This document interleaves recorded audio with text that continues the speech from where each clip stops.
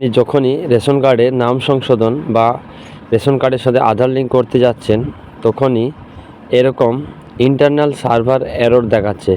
এটা দেখানোর মূল কারণ কি এবং কেন হচ্ছে এবং এটা কিভাবে সমাধান করবেন, সেটা নিয়ে আজকে আমাদের এই ভিডিওটি শেষ পর্যন্ত দেখবেন। বন্ধুরা, প্রথমে আমিও বুঝতে পারিনি, তারপরে কিন্তু আমি সমস্যার সমাধান বার করেছি। সমস্যা পোর্টালে অবশ্যই আছে, পোর্টালে সমস্যা নেই এটা বলা যাবে না, কিন্তু পোর্টালে যেরকম সমস্যা আছে, সমস্যা আপনার ব্রাউজারেও কিন্তু লুকিয়ে আছে।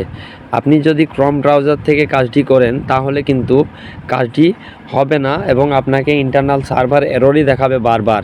সেক্ষেত্রে আপনি আপনার ব্রাউজারের হিস্টোরিকে ডিলিট করে দিন এবং পুনরায় চেষ্টা করুন। তারপরেও যদি না হয় তাহলে আপনি ক্রোম ব্রাউজার বাদ দিয়ে অন্য কোনো ব্রাউজার থেকে কাজটি করুন। আমি কাজটি করার জন্য অপেরা ব্রাউজার ব্যবহার করেছিলাম।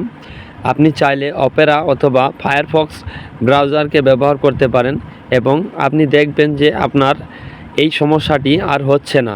ভিডিওটি ভালো লাগলে অবশ্যই চ্যানেলটিকে সাবস্ক্রাইব করবেন পরবর্তী এই ধরনের সমস্যার সমাধান পেতে।